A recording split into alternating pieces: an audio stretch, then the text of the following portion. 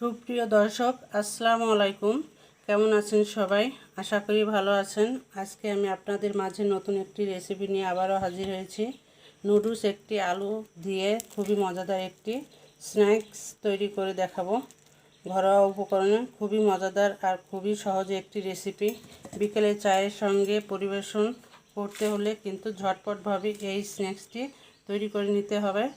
আশা করছি আমার আজকের রেসিপিটি আপনাদের সবাই ভালো লাগবে। ভালো লাগলে আমার চ্যানেলটি সাবস্ক্রাইব করবেন, একটি লাইক করে দিবেন। পটেটো স্ন্যাক্স বানানোর জন্য আমি এখানে 4টা আলু নিয়ে নিয়েছি। আমি আলু 4টা সিদ্ধ করে নিয়েছি। এবার এটাকে আমি গ্রেট করে নিব।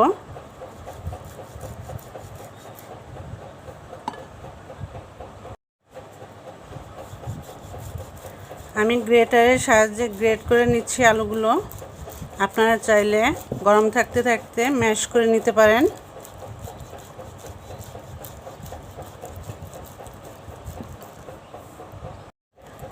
তাহলে দেখুন আমার সবগুলো আলু গ্রেট করে নেওয়া হয়ে গেছে। এবার আমি আলুর ভিতর দিয়ে দিচ্ছি 1 চা চামচ মরিচের কুচি, 1 চা চামচ পেঁয়াজ কুচি, দিচ্ছি ধনিয়া পাতা কুচি, 1 চা চামচ চাট মশলা, স্বাদ অনুযায়ী লবণ,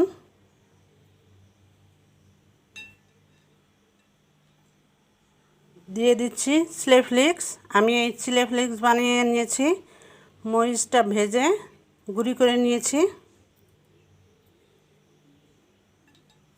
এখন আমি এটাকে সুন্দর করে মাখিয়ে নেব।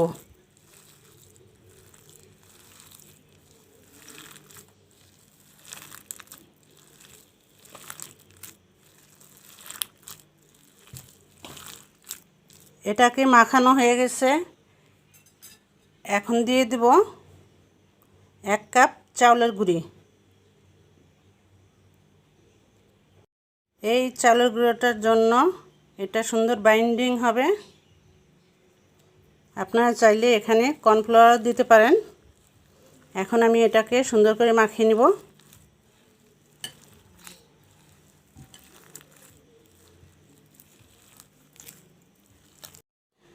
তাহলে দেখুন সব উপকরণ দিয়ে আমার পটেটোটা মুথিয়ে নেওয়া হয়ে গেছে।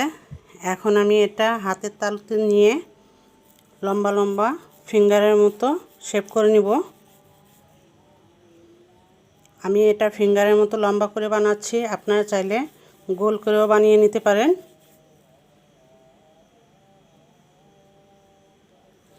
আমি আরও একটা বানিয়ে দেখাচ্ছি।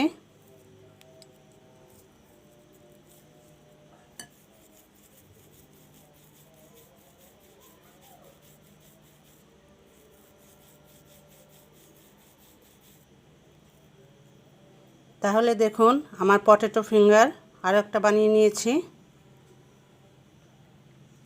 এভাবে করে আমি সব ফিঙ্গারগুলো বানিয়ে নেব। তাহলে দেখুন আমার পটেটো ফিঙ্গারগুলো বানিয়ে নেওয়া হয়ে গেছে। আমি সব এক সাইজেরই বানিয়ে নিয়েছি। এখন এটাকে এক সাইডে রেখে দিব। নিয়ে নিচ্ছি ম্যাগি নুডলস 1 প্যাকেট। এখন আমি ম্যাগি নুডলসটাকে গুঁড়ো করে নিব। তাহলে দেখুন আমি একটা বেলুনের সাহায্যে এটাকে গুঁড়ো করে নিচ্ছি।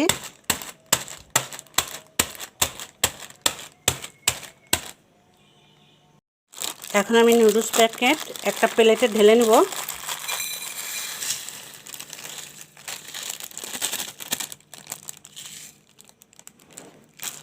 এরপরে আমি একটা ব্যাটার বানিয়ে নেব।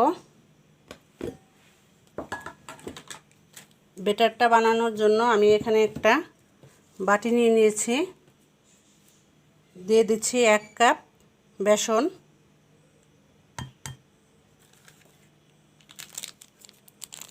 দিচ্ছি নুডলসের মশলা,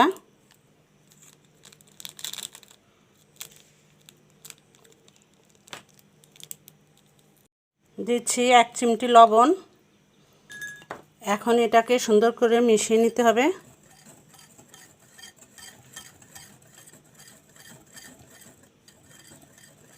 মেশানো হয়ে গেছে। এখন আমি নর্মাল পানি দিয়ে গুলিয়ে নেব। অল্প অল্প করে পানি দিতে হবে, কারণ ব্যাটারটা ঘন করে গুলায় নিতে হবে।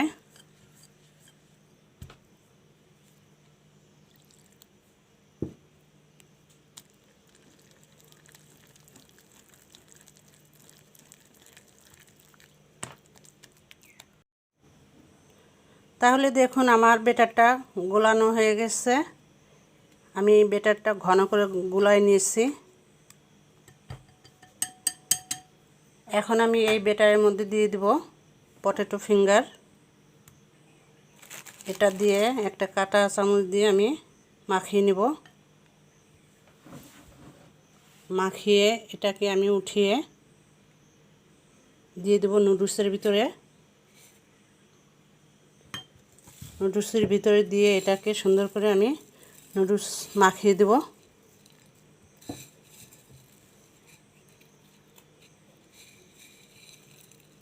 এটাকে 2 হাতের তালু দিয়ে আস্তে আস্তে করে চাপ দিয়ে লাগিয়ে দিতে হবে।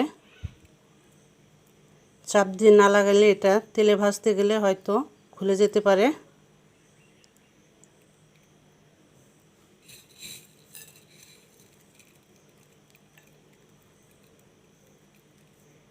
তাহলে দেখুন পটেটো ফিঙ্গারটা হয়ে গেছে।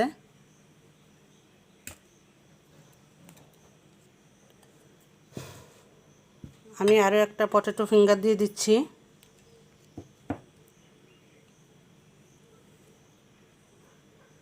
এটাকে কিছুক্ষণ ধরে রাখতে হবে, না হলে ব্যাটারটা বেশি লেগে যাবে।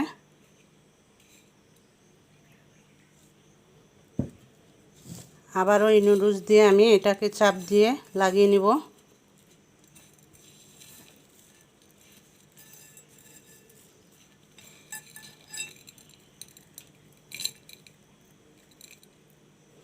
তাহলে আমি সবগুলো পটেটো ফিঙ্গার এভাবে করে বানিয়ে নিব।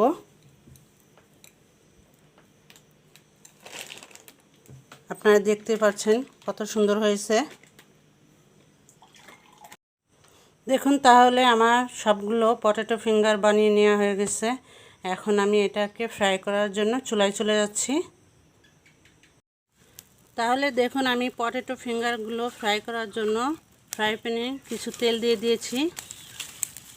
তেলটা গরম হয়ে গেছে। এখন আমি দিয়ে দিচ্ছি পটেটো ফিঙ্গার।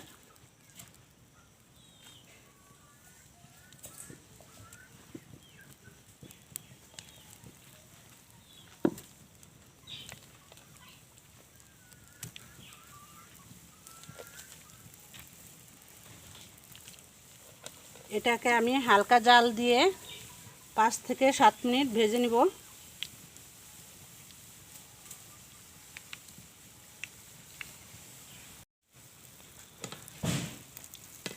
আমি এটাকে মিডিয়াম টু লো আঁচে ভেজে নিচ্ছি।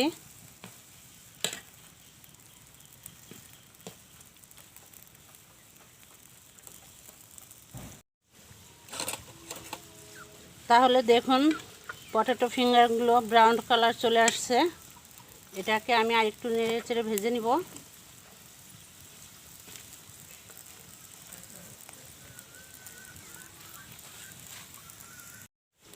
আমার পটেটো ফিঙ্গারগুলো ভেজে নেওয়া হয়ে গেছে। এখন আমি এগুলোকে তুলে নেব।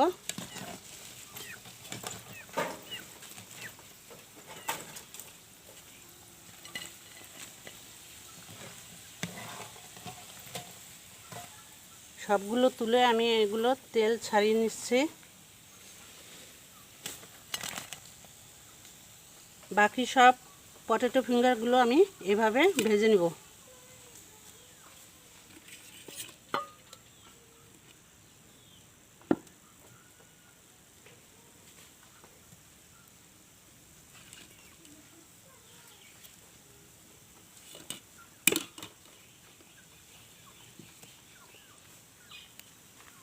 আমার স্ন্যাক্সটা ভেজে নেওয়া হয়ে গেছে।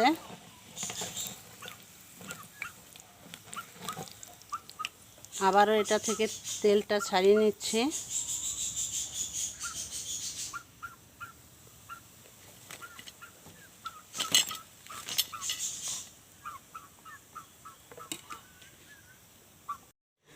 তাহলে বন্ধুরা দেখুন, বিকেলের আড্ডায় চায়ের নাস্তা এরকম স্ন্যাক্স থাকলে তো আর কোনো কথাই থাকে না। আমার এই পটেটো ফিঙ্গারটা বানানো যদি আপনাদের কারো ভালো লেগে থাকে তাহলে লাইক, কমেন্ট এবং সাবস্ক্রাইব করে দেবেন। আল্লাহ হাফেজ।